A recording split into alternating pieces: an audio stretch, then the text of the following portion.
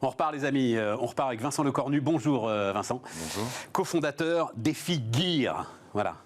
Tout à fait. À l'américaine même, il faut bien dire, hein, ouais, presque plus anglo-saxonne. Hein, et voilà, c'est ça. Hein. Donc c'est quoi? C'est matériel efficace? Tout à fait. C'est la contraction de Gearbox et de Efficient en anglais. Alors, elle est sur la table, là, votre Gearbox, justement. Alors, il y a plein d'angles d'attaque pour notre interview. Vous inquiétez pas, attaque, c'est très paisible. Non, j'avais compris. Non, aucun problème. Moi, ce qui va m'intéresser quand même, c'est l'alliance Startup Grand Groupe. Mais d'abord, je dois vous avouer que je connais un peu le vélo. Je ne savais pas qu'il y avait une boîte de vitesse sur les vélos électriques. Alors, tous les vélos électriques ont une boîte de vitesse? Ah non, enfin tous les vélos aujourd'hui n'ont pas une boîte de vitesse. Tous les vélos ont aujourd'hui une chaîne et un dérailleur. Voilà. Qui équipent 98% du marché. Et il y a 2% aujourd'hui de ce marché qui est assez énorme, parce que le volume de vélos au niveau mondial est très important, qui se focalise soit sur des systèmes de changement de vitesse au niveau du pédalier, tels que la boîte Effi Gear ou notre compétiteur allemand qui s'appelle Pignon, ou des gens qui font des boîtes de vitesse que vous mettez au niveau du moyeu arrière.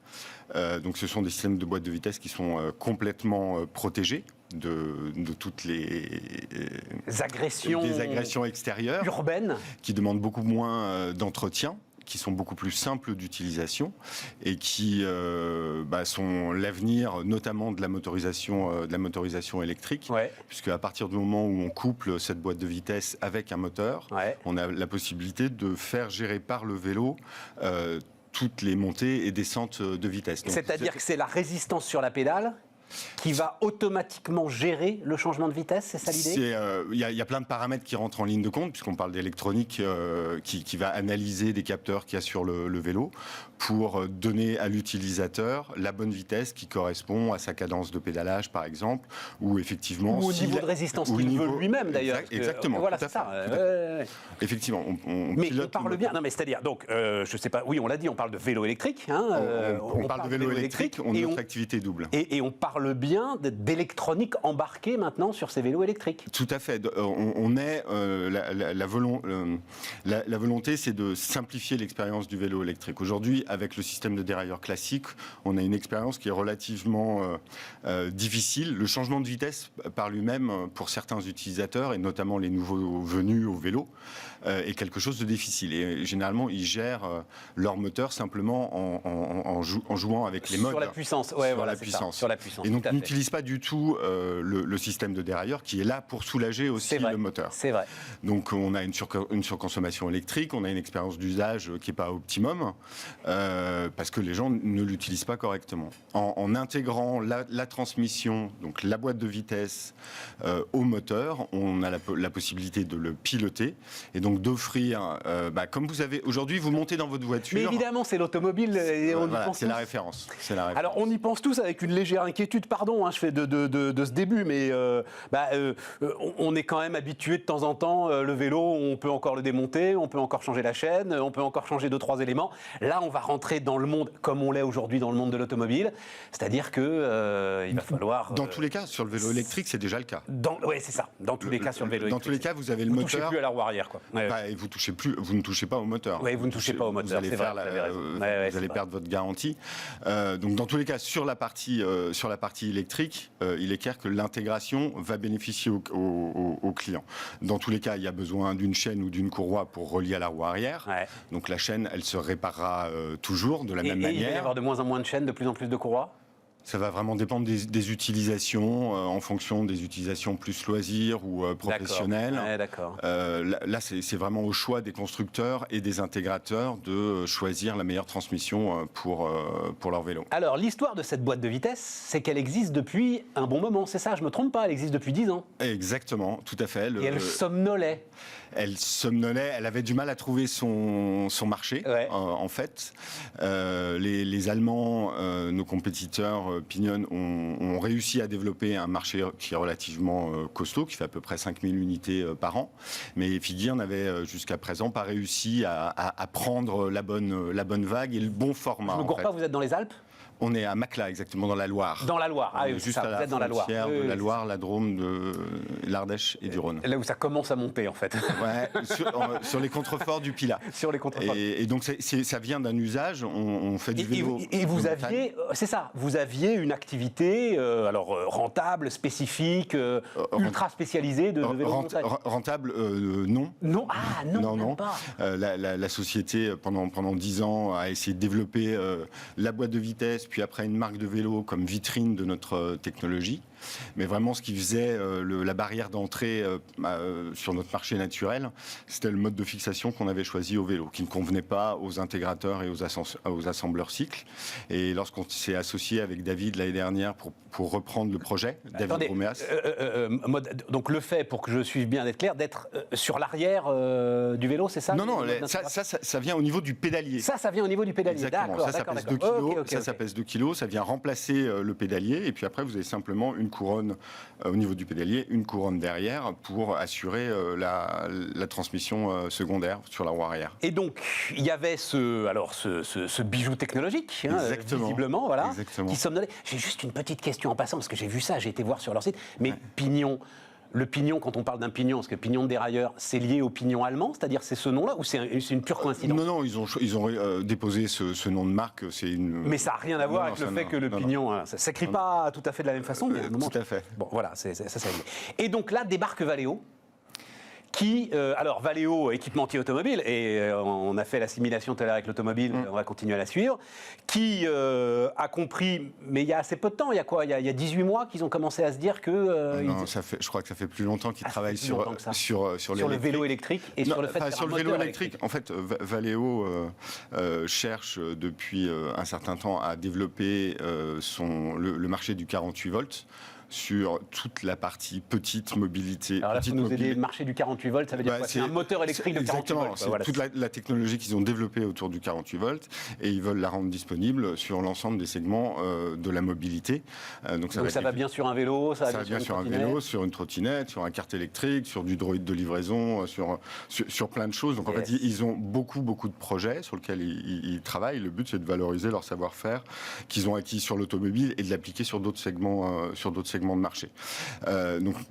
Quand on a repris... Et ce 48 volts, juste pour préciser, c'était en fait des petits moteurs électriques d'assistance dans l'automobile avant que l'on rentre dans la véritable voiture électrique. Exactement.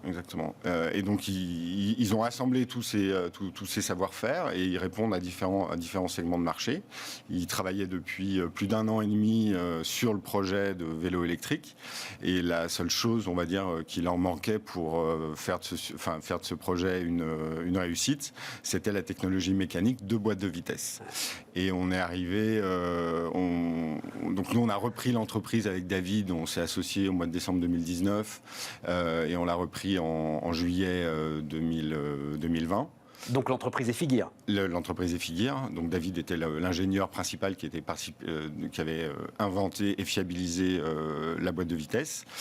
Et très rapidement, on voulait développer un système de moteur électrique. Mais on était deux, pas très argentés. Et pour développer un moteur et pour être au même niveau que ce qui se fait aujourd'hui sur le marché, vous avez tout à l'heure cité Bosch, il y a des niveaux d'exigence à tous les niveaux, au niveau des revendeurs, au niveau des marques, au niveau des clients, avec un service après-vente qui doit être au top. Donc clairement, on n'avait pas ni le temps. C'est clair. Ni l'argent pour le faire, et pas forcément non plus, c'était pas le niveau industriel qu'on voulait atteindre. Vous êtes allé les voir ou c'est eux qui sont venus vous voir? Ça s'est fait de plusieurs manières. Il y a eu plein de connexions qui se sont faites à un moment donné. Mais est-ce qu'on peut en donner parce que ça m'intéresse ça, et ça va intéresser, parce que vous parlez à énormément d'entrepreneurs, donc vous comprenez bien qu'à un moment la rencontre s'est faite avec Valeo, et que là tout à coup cette boîte de vitesse qui vivotait, si tout va bien, si la coordination se passe bien, enfin bref, vous avez évidemment énormément d'écueils, mais peut connaître un succès que vous n'imaginiez pas. Comment se font les connexions avec un grand groupe comme Valeo? Ça doit être le 3e ou 4e équipementier mondial. Oui, c'est Valeo, ça, exactement, 23 milliards de chiffre d'affaires. Ce qui est intéressant, c'est que la démarche de Valeo et de l'équipe SVA, c'est vraiment de comprendre le marché auquel ils s'adressaient. Et de savoir qu'est-ce qu'il fallait changer ou innover pour vraiment apporter une valeur supplémentaire. Et donc, Valeo s'est entouré très rapidement rapidement pour construire ce projet de professionnel du cycle. Il y a entre autres un de nos collègues, Caminade, qui est un fabricant de cadres titane sur mesure, qui est à l'Île-sur-Tête dans le... Et c'est comme ça qu'ils sont arrivés jusqu'à vous. Et comme ça, nous, on avait pris contact, ils nous connaissaient déjà, notre technologie avait déjà été évaluée. Elle correspondait aux attentes, mais bon, ils avaient fait d'autres choix jusqu'à présent, parce qu'ils ont vraiment évalué. Avec un vrai process d'évaluation industrielle, quoi. Est-ce que ça peut monter à l'échelle, en fait? C'est ça la question qui se pose. Monter à l'échelle, est-ce qu'on est capable de répondre au cahier des charges des fabricants? C'est ça. Parce que c'est bien beau de changer, de dire on vous enlève le dérailleur à l'arrière, on vous enlève la cassette, mais il faut que l'expérience utilisateur, il faut qu'il y ait un gain pour tout le monde à tous les étages, pour l'industriel, pour l'assembleur, pour le client.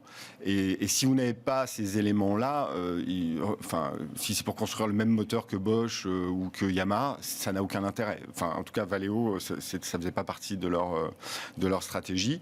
Il leur fallait vraiment un élément différenciant, quelque chose qui n'avait jamais été fait. Donc, et alors là, maintenant, ça se passe comment? C'est-à-dire, c'est quoi? C'est un simple une redevance de licence, c'est-à-dire que vous avez filé l'ensemble de ce que vous saviez faire à Valeo et ils vont vous donner je ne sais pas combien sur chaque boîte de vitesse produite, ou vous êtes davantage associé? Non, je pense que ce qui a plu aussi avec Valeo, c'est qu'on a voulu s'associer beaucoup plus.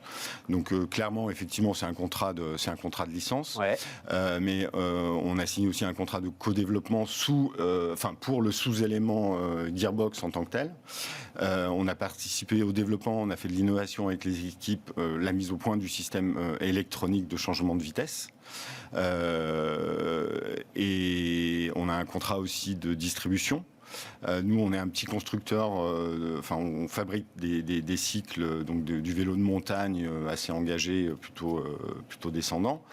Et donc, on a une connaissance de ces acteurs. Et moi, ce que j'avais remarqué, c'est que en fait, le monde du vélo est super fragmenté au niveau européen. Il y a des petits constructeurs, il y en a de partout. Exactement. La révolution du vélo électrique, aujourd'hui, elle est accessible pour ces petits constructeurs, mais généralement, c'est des produits chinois qui vont assembler.